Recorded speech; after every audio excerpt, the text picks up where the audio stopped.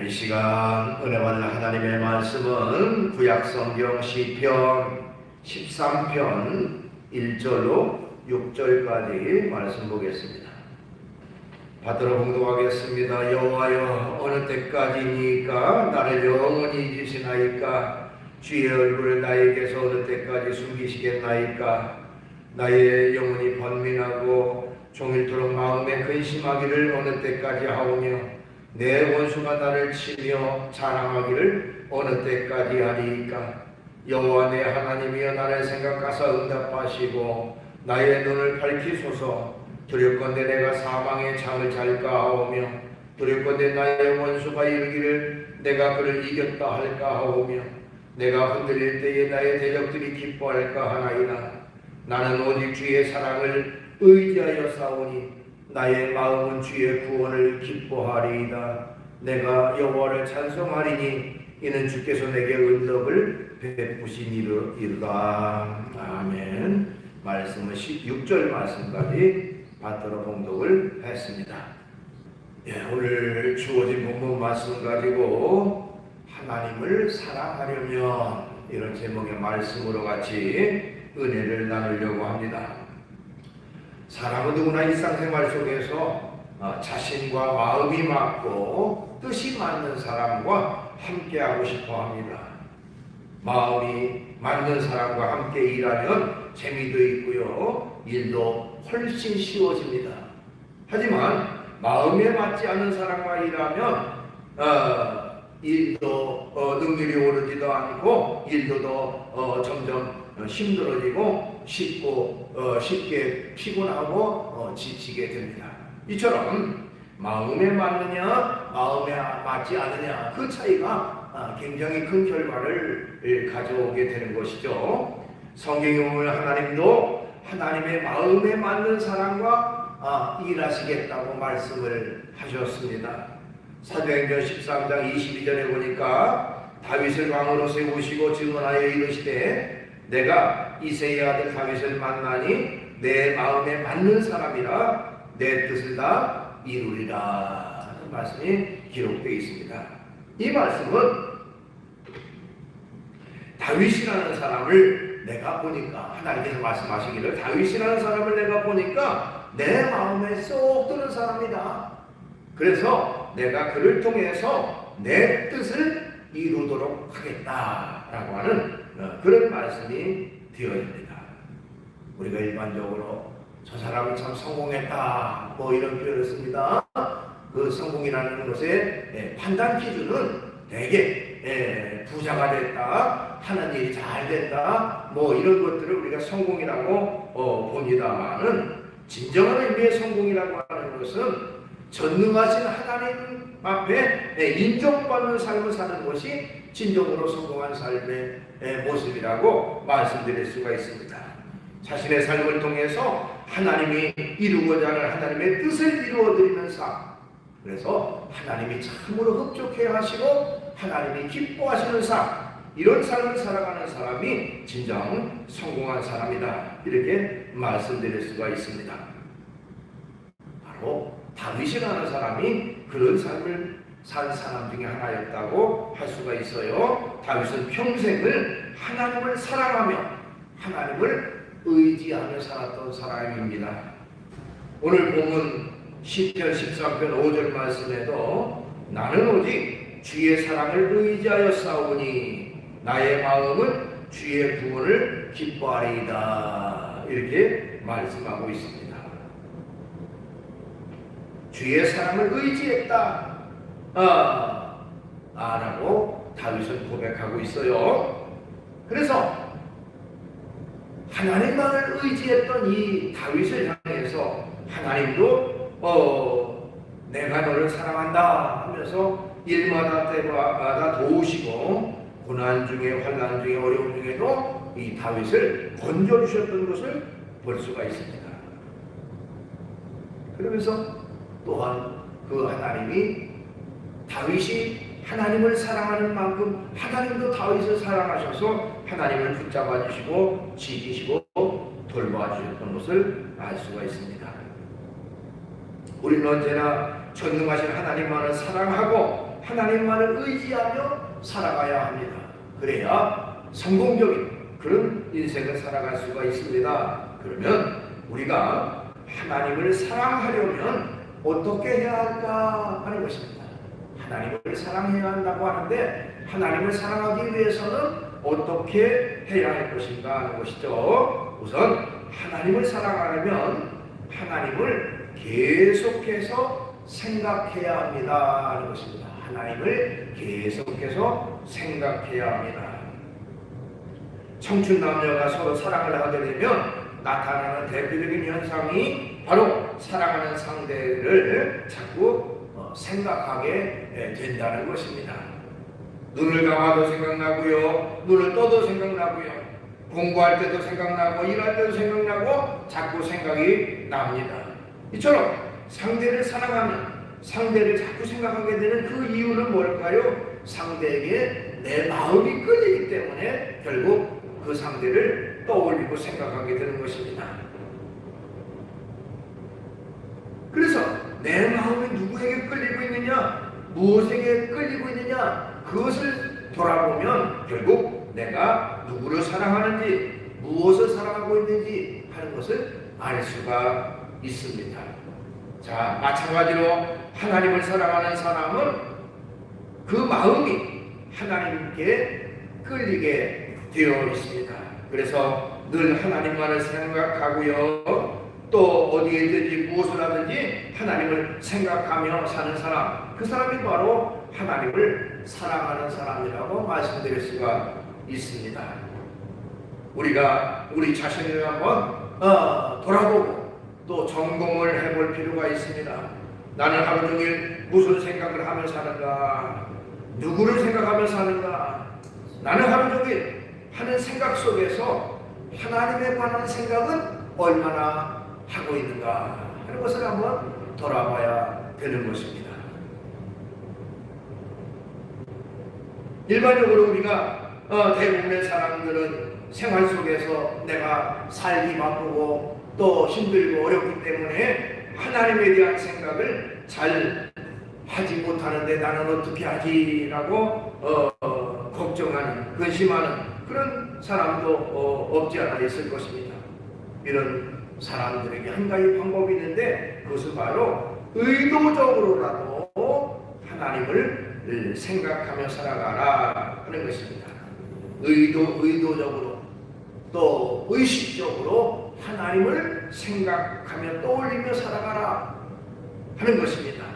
즉 하나님께 집중하는 훈련을 해야 하는데 그것을 일명 소위 하나님 임재 연습 또 하나님 임재 훈련 뭐 이렇게 말할 수가 있어요. 그러니까 생활 속에서 의식적으로 하나님을 떠올리는 겁니다. 그리고 하나님을 생각하며 살아가는 것, 그런 훈련을 하자는 겁니다. 그래서 무슨 일을 하든지 또 무엇을 하든지 하나님과 연관시켜서 생각하는 훈련을 해야 하는 것입니다. 이 일을 통해서 하나님은 나에게 하시고자 하는 그런 뜻은 무엇일까를 생각하는 것입니다. 하나님은 내가 어떤 부분을 고치기 위해서 이런 일을 나에게 허락하셨을까를 생각하는 것이죠. 하나님께서 이 사람을 만나게 하신 뜻은 무엇일까? 또 이 일을 허락하신 뜻은 무엇일까? 그것을 생각하는 것입니다. 일상 속에서. 그래서 우리가 인생을 살아가면서 어떤 상황, 어떤 환경에 처든지 그 상황을 보고 또 그 상황을 만날 때마다 하나님을 떠올리고 하나님의 뜻을 묻고 또 하나님의 뜻을 깨닫는 그런 생활이 우리에게 있어야 됩니다. 이것이 바로 하나님 앞에 올바른 믿음과 신앙의 삶을 살아가는 사람의 모습이라고 할 수가 있습니다. 아까 말씀드렸던 이 다윗이라는 사람의 삶의 모습을 보면요, 그는 철저히 하나님만 생각하고 하나님만 의지하고 또 하나님의 뜻을 따라서 살아갔던 그런 사람입니다. 다윗은 왕이 되기 이전에 당시의 왕이었던 이 사울이라는 사람에게 쫓겨서 도망다니던 그런 때가 있었습니다. 다윗이 골리앗이라는 대장수를 물리치고 승리하고 난 후에 이제 다윗이 이스라엘의 장군이 돼가지고 가는 곳마다 전쟁에서 승승장구하니까 백성들은 당연히 이 다윗에게 열광을 하게 됩니다. 가장 초조했던 사람은 바로 당시의 왕이었던 사울이었습니다. 사울은 다윗을 향해서 질투심이 생겼어요. 시기심이 생겼습니다. 더군다나 나의 왕의 자리가 위협받는 것은 아닌가 하고 초조하기 시작하겠고, 자신의 아들이 왕의 자리를 이어받아야 되는데 혹시 다윗이 왕의 자리를 가로채는 것은 아닌지 이렇게 생각을 하게 되니까 사울은 다윗을 어떻게 쓰든지 제거해야 되겠다 하는 그런 마음을 갖게 됩니다. 그리고 군인들을 동원해서 군사를 동원해서 다윗을 추격하기 시작을 합니다. 다윗을 계속해서 추격하면 다윗은 피하고 도망가고 그 일이 계속 반복되고 있습니다. 그러던 중에 한 번은요, 다윗이 사울을 오히려 죽일 수 있는 기회가 있었습니다. 사무엘상 24장에 보면요, 다윗을 죽여가던 이 사울 왕이 공교롭게도 다윗이 숨어있는 그 동굴 속에 들어왔는데, 성경에 보면 권리를 보러 들어왔다고 해요. 그 속에. 그 안에는 다윗과 다윗의 두 아들이 숨어 있었는데 그걸 알지 못하고 사울이 들어왔어요.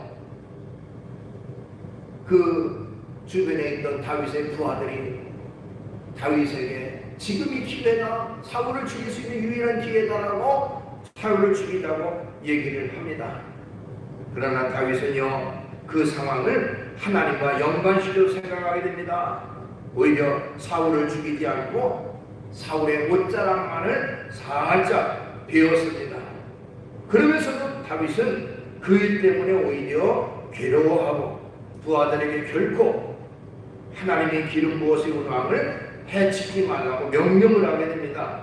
그 내용이 어디 나오느냐면 사무엘상 24장 5절로 7절에 나와요. 한번 같이 찾아볼까요? 사무엘상 24장.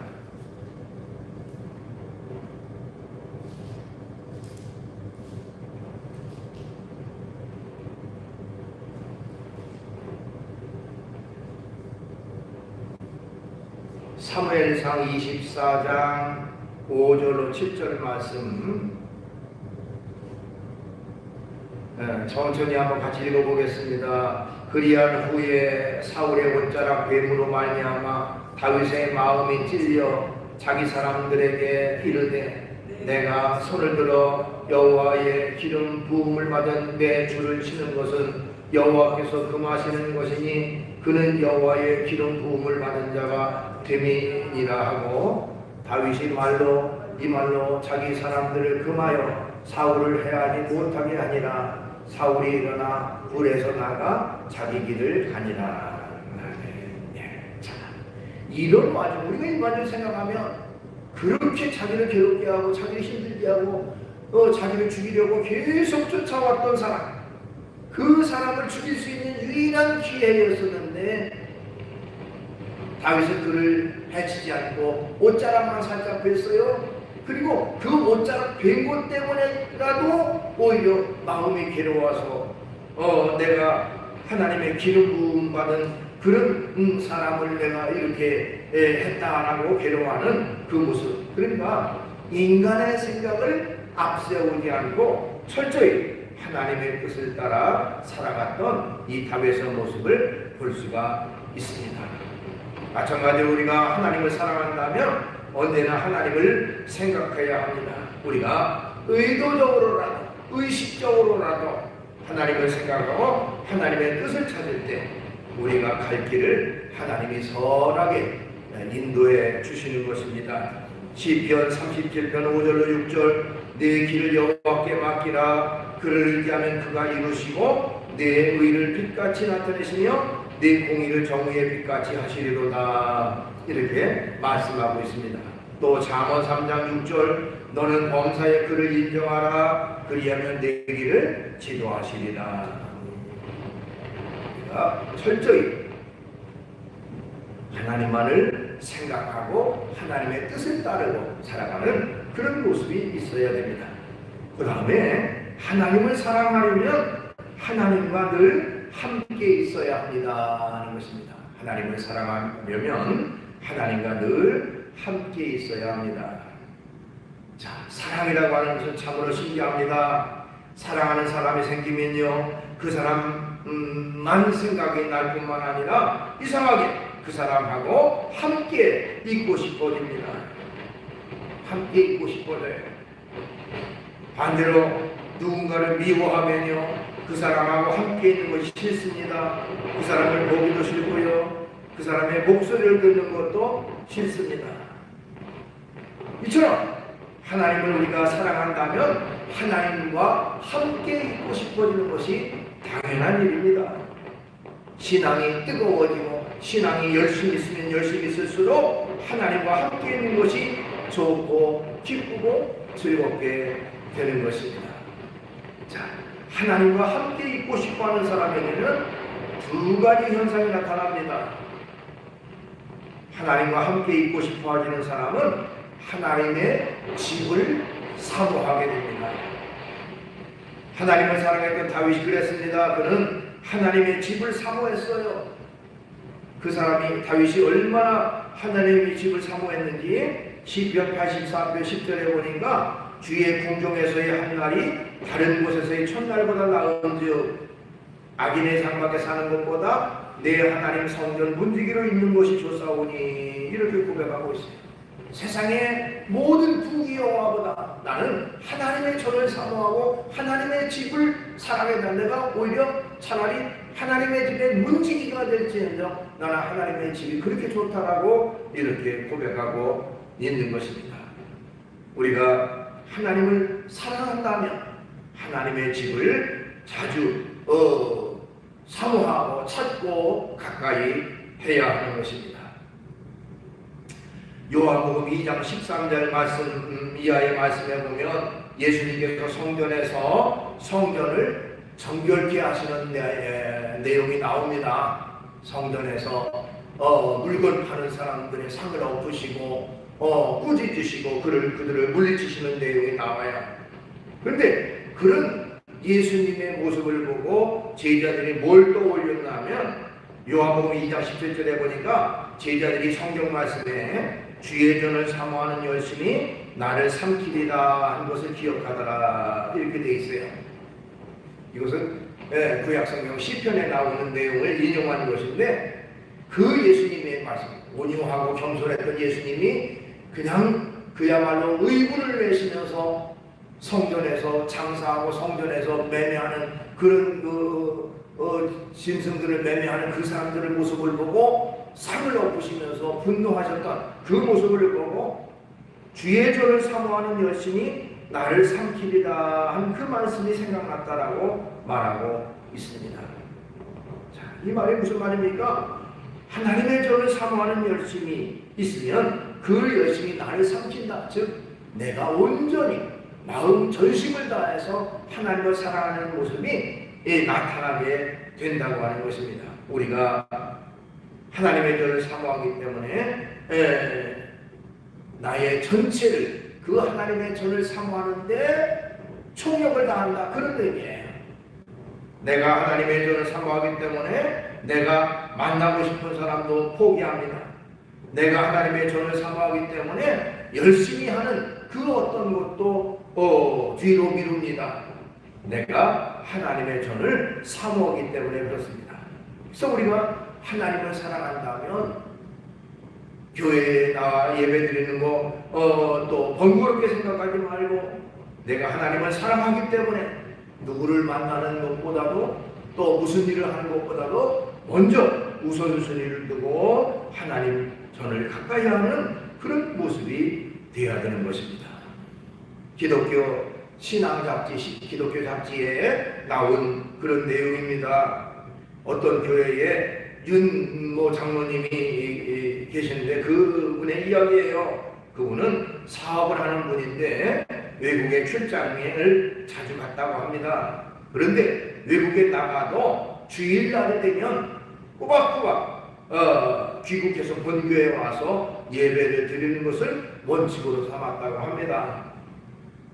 동남아, 일본이나 동남아 쪽에 갔을 때는 물론이거니와 멀리 미국까지 가서도 오히려 몇백만 원의 그 비행기 요금을 지불하고 그걸 아까워하지 않고 오히려 교회에 와서 예배를 드리고 또 나가고, 물론 가급적 주일은 피해서 출장을 갑니다만 부득이한 일이 있을 때는 그렇게 해서 돌아와서 예배 드리고 또 다시 볼일을 보는 그런 분이 계셨다고 합니다. 참으로 대단한 분이죠.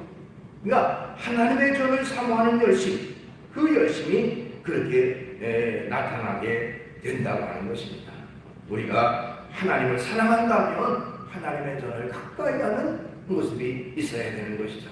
그 다음에 우리가 하나님을 사랑한다면 예배를 사모하는 사람이 되어야 되는 것입니다.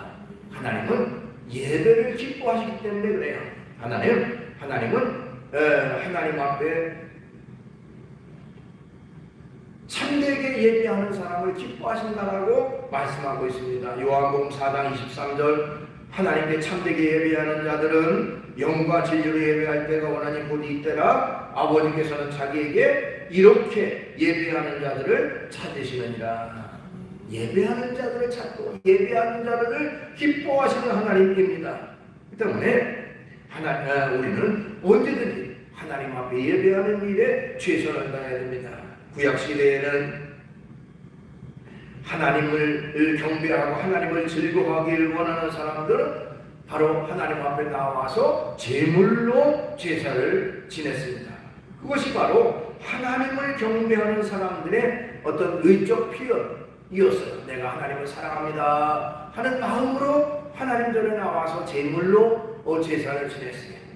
자, 신약시대에 와서 우리는 내가 하나님 사랑합니다, 하나님 믿습니다 라고 하는 그 고백은 무엇으로 되어지느냐? 바로 우리의 예배를 통해서 내가 하나님을 사랑하는 것의 증거를 나타나게 되는 것입니다.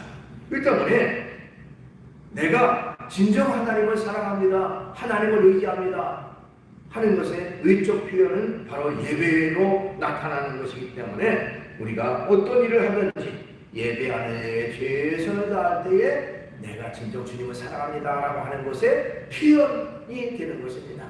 그래서 어떤 일이든지 예배하는 일에 최선을 다, 아까 말씀드렸듯이 주의 전을 사모하는 일에 최선을 다할 뿐만 아니라 예배하는 일에 최선을 다하는 것, 그것이 바로 하나님을 사랑하는 사람의 모습인 것입니다. 하나님, 서로 사랑하는 사람이 가까이 하고 싶고 서로 같이 있고 싶어하는 그 모습처럼 우리가 하나님을 사랑한다면 하나님을 가까이 할 뿐만 아니라 하나님과 늘 함께하는 생활이 있어야 되는 것이죠. 그 다음에 하나님을 사랑하려면 하나님이 기뻐하는 일을 해야 하는 것입니다. 어느 책에 보니까 요즘 남자들은 주주파가 있고 사사파가 있다, 시시파가 있다, 뭐 이렇게 얘기를 한 것이 있었습니다. 그게 무슨 말이냐면 자신의 아내가 주면 주는 대로 먹는 사람이 주주파고, 아내가 시키면 시키는 대로 하는 사람이 시시파다, 뭐 이런 얘기를 했어요. 자, 만약에 남편이 아내가 무서워서 주주파가 되고 시시파가 됐다면 괴롭고 힘들 수밖에 없고 힘들겠죠. 그러나 아내를 사랑하는 마음이라면 기쁨으로 즐거움으로 주주파 시시파가 되면서 행복할 것입니다. 자, 이것을 그대로 도입한다면 우리가 주님을 사랑한다면 주님이 주시는 대로 감사함으로 받고 주님이 시키면 시키는 대로 기쁨으로 실천하는 그런 성도가 되어야 되는 것입니다. 주님이 무서워서 두려워서 주주파가 되고 시시파가 된다, 그게 아니라 주님을 진정 사랑하는 마음으로, 기쁜 마음으로, 즐거운 마음으로 주주파가 시시파가 될 때에 우리의 마음도 기쁘고 우리는 행복한 신앙인이 될 수가 있는 것입니다. 기쁨으로 감사함으로 하나님 앞에 영광 돌리며 살아가는 그런 모습이 되어야 돼요. 자, 하나님은 또한 우리가 하나님을 사랑하려면 하나님이 기뻐하는 일을 해야 한다고 했는데, 하나님은 뭘 기뻐하십니까? 성경에 보면요, 영혼을 구원하는 것을 하나님은 기뻐하신다고 하셨습니다. 예수님은요, 우리에게 땅끝까지 이르러 내 증인이 되라고 말씀하셨어요. 사도행전 2장 8절, 오직 성령이 너희에게 임하시면 너희가 권능을 받고 예루살렘과 온 유대와 사마리아와 땅끝까지 이르러 내 증인이 되리라 말씀하셨습니다. 또한 온천하에 다니며 복음을 전하라고 말씀하셨어요. 마가복음 16장 15절, 또 이르시되 너희는 온천하에 다니며 만민에게 복음을 전파하라. 그 때문에 우리는 주님이 기뻐하시는 일을 해야 하는데, 바로 영혼을 구하는 일에 최선을 다해야 한다는 것입니다. 그 다음에 주님이 기뻐하는 일이 또 뭐가 있을까요? 주님은 충성하고 헌신하는 것을 기뻐하십니다. 고린도전서 4장 1절 2절, 사랑이 마땅히 우리를 그리스도의 일꾼이요 하나님의 비밀을 맡은 자로 여길지어다. 그리고 맡은 자들에게 구할 것은 충성이니라 하는 말씀도 있어요. 요한계시록 20장 10절 하반절에 내가 죽도록 충성하라. 그리하면 내가 생명의 관을 내게 주리라. 마태복음 25장 21절, 그 주인이 이르되 잘하였도다. 착하고 충성된 종아, 네가 적은 일에 충성하였으니 내가 많은 것을 네게 맡기리니 내 주인의 즐거움에 참여할지어다. 이처럼 주님은 충성하는 사람, 철저히 하나님만을 위해서 헌신하는 사람, 그 사람을 기뻐하신다. 그러니까 우리가 진정 주님을 사랑한다면 이렇게 이런 일을 행함으로써 하나님 앞에 하나님을 사랑하는 증거를 나타낼 수가 있다고 하는 것입니다. 말씀을 정리합니다. 우리는 언제나 하나님만을 사랑하며 살아가야 합니다. 다윗은 철저히 하나님을 중심으로 삼고 하나님만을 사랑하며 하나님의 뜻을 따라 살아갔던 사람이에요. 우리도 그런 삶을 살아야 되는데, 우리가 하나님을 사랑한다면 언제나 하나님을 생각하며 살아가야 합니다. 하나님을 생각한다는 것은 하나님의 뜻을 찾는 것입니다. 일상 속에서 하나님의 뜻을 찾고 하나님의 뜻을 따라 행동으로 옮기며 살아가는 것이죠. 그 다음에 우리가 하나님을 사랑한다면 늘 하나님과 함께 있어야 합니다. 하나님과 동행하는 삶을 살아가는 것이죠. 그래서 하나님의 집을 사모하는 생활로 연결되어야 되고요, 하나님 앞에 예배하는 일로 연결되어야 되는 것입니다. 우리가 하나님을 사랑한다면 하나님이 기뻐하는 일을 해야 합니다. 바로 영혼 구원하는 일을 하나님은 기뻐하신다고 말씀드렸고, 충성하고 헌신하는 것을 기뻐한다고 했으니 우리도 언제든지 하나님 앞에 충성하고 헌신하고 주어진 바 직분과 사명을 잘 감당해서 하나님 앞에 영광 돌리는 그런 우리의 모습이 되어야 될 줄로 믿습니다. 기도하겠습니다. 거룩하신 주님을 찬양합니다. 오늘도 저희들을 주의 전에 이끌어 주시고 귀한 예배를 영광 돌리게 하심을 감사합니다. 주님이 우리를 사랑하시고 우리에게 놀라운 은혜와 축복을 주셨는데, 우리도 평생 동안을 주님을 사랑하며 주님을 의지하며 살아가기를 원합니다. 주님, 내 마음속에 하나님만 생각하고 하나님의 뜻을 따라서 살아가는 그런 우리가 되게 하시고, 늘 하나님과 동행하고 하나님과 함께할 뿐만 아니라 또한 주님이 기뻐하시는 일을 따라서 살아갈 수 있는 그런 우리가 되게 해주시옵소서. 예수님의 이름으로 기도하옵나이다.